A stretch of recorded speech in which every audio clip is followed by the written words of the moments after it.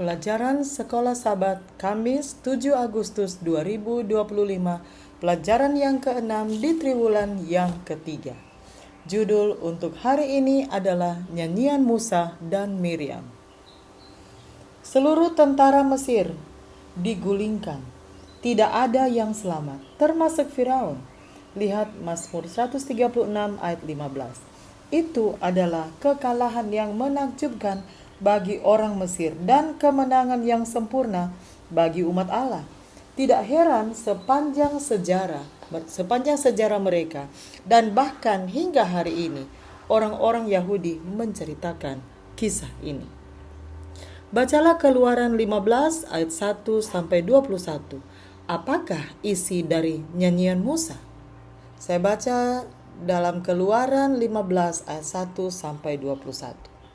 Pada waktu itu Musa bersama-sama dengan orang Israel menyanyikan nyanyian ini bagi Tuhan yang berbunyi, baiklah aku menyanyi bagi Tuhan sebab ia tinggi luhur, kuda dan penunggangnya dilemparkannya ke dalam laut. Tuhan itu kekuatanku dan mazmurku, ia telah menjadi keselamatanku. Ia Allahku, kupuji dia, ia Allah Bapakku, kuluhurkan dia. Tuhan itu pahlawan perang, Tuhan itulah namanya. Kereta Firaun dan pasukannya dibuangnya ke dalam laut. Para perwiranya yang pilihan dibenamkan ke dalam laut teberau. Samudra raya menutupi mereka. Ke air yang dalam mereka tenggelam seperti batu. Tangan kananmu Tuhan mulia karena kekuasaanmu. Tangan kananmu Tuhan menghancurkan musuh. Dengan keluhuranmu yang besar engkau meruntuhkan siapa yang bangkit menentang engkau. Engkau melepaskan api murkamu yang memakan mereka sebagai tunggul gandum. Karena nafas hidungmu segala air naik bertimbun-timbun, segala aliran berdiri tegak seperti bendungan. Air bah membeku di tengah-tengah laut. Kata musuh, aku akan mengejar, akan mencapai mereka, akan membagi-bagi jarahan. Nafsuku akan kulampiaskan kepada mereka. Akan kuhunus pedangku, tanganku akan melenyapkan mereka. Engkau meniup dengan taufanmu, laut pun menutupi mereka. Sebagai timah mereka tenggelam dalam air yang hebat. Siapakah yang seperti engkau di antara para Allah, ya Tuhan? Siapakah seperti engkau mulia karena kekudusanmu, menakutkan karena perbuatanmu yang masyhur? Engkau pembuat keajaiban. Engkau mengulurkan tangan kananmu, bumi pun menelan mereka. Dengan kasih setiamu engkau menuntun umat yang telah kau tebus. Dengan kekuatanmu engkau membimbingnya ke tempat kediamanmu yang kudus.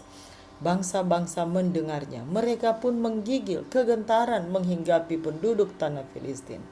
Pada waktu itu geparlah para kepala kaum di Edom.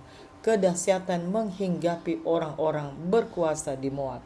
Semua penduduk tanah Kanaan gemetar. Ngeri dan takut menimpa mereka. Karena kebesaran tanganmu, mereka kaku seperti batu. Sampai umatmu menyeberang, ya Tuhan, sampai umat yang kau peroleh menyeberang. Engkau membawa mereka dan kau cangkokkan mereka di atas gunung, milikmu sendiri, di tempat yang telah kau buat kediamanmu, ya Tuhan, di tempat kudus yang didirikan tanganmu, ya Tuhan. Tuhan memerintah kekal selama-lamanya. Ketika kuda Firaun dengan keretanya dan orangnya yang berkuda telah masuk ke laut, maka Tuhan membuat air laut berbalik meliputi mereka, tetapi orang Israel berjalan di tempat kering dari tengah-tengah laut. Lalu Miriam, Nabiya itu, saudara perempuan Harun, mengambil rebana di tangannya, dan tampillah semua perempuan mengikutinya memukul rebana, serta menari-nari. Dan menyanyilah Miriam memimpin mereka. Menyanyilah bagi Tuhan, sebab ia tinggi luhur. Kuda dan penunggangnya dilemparkannya ke dalam laut.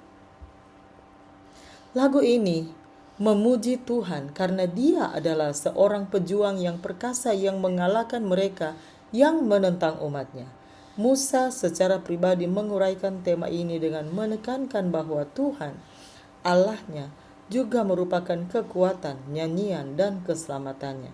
Tidak ada yang seperti dia, mulia karena kekudusanmu, menakutkan karena perbuatanmu yang masyhur. Keluaran 15 ayat 11.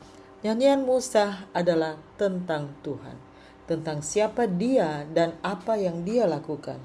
Tuhan ditinggikan, dipuji, dan dikagumi karena karyanya yang luar biasa bagi umatnya. Rasa syukur dan penyembahan adalah hasil alami dari kebaikan Tuhan kepada kita. Penghargaan terhadap kasih-Nya adalah prasyarat dari kehidupan rohani yang hidup. Kasih setia Allah secara khusus ditekankan dan dimuliakan karena Dia akan memimpin umat yang telah ditebusnya dan Dia akan menuntun mereka ke tempat kediaman yang kudus. Musa memprediksi bahwa Allah akan mendirikan tempat kudus di atas gunung milik pusakanya.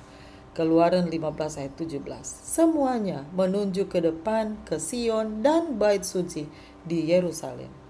Dalam Wahyu 15 ayat 2-4, orang-orang yang telah ditebus menyanyikan nyanyian Musa dan nyanyian anak domba. Dapatkah Anda membayangkan bagaimana hal ini akan terdengar di surga? Pujian kepada Allah atas perbuatan-perbuatannya yang besar dan ajaib. Pujian kepada Allah atas penghakimannya yang adil dan benar. Dan pujian kepada Allah atas perbuatan-perbuatannya yang benar dan kekudusannya.